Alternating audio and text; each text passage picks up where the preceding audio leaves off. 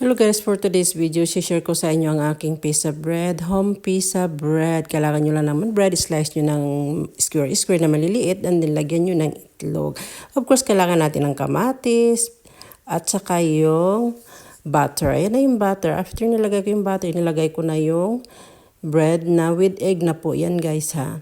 And then, takpan nyo lang siya ng 1 minute.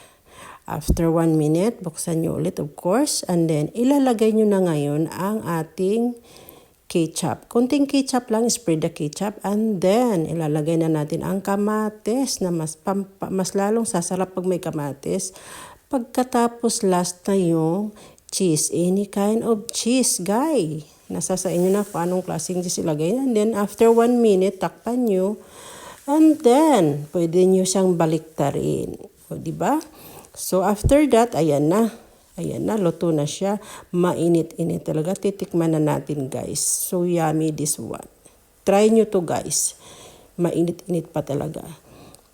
So, yummy bread. Pizza bread. So, yummy.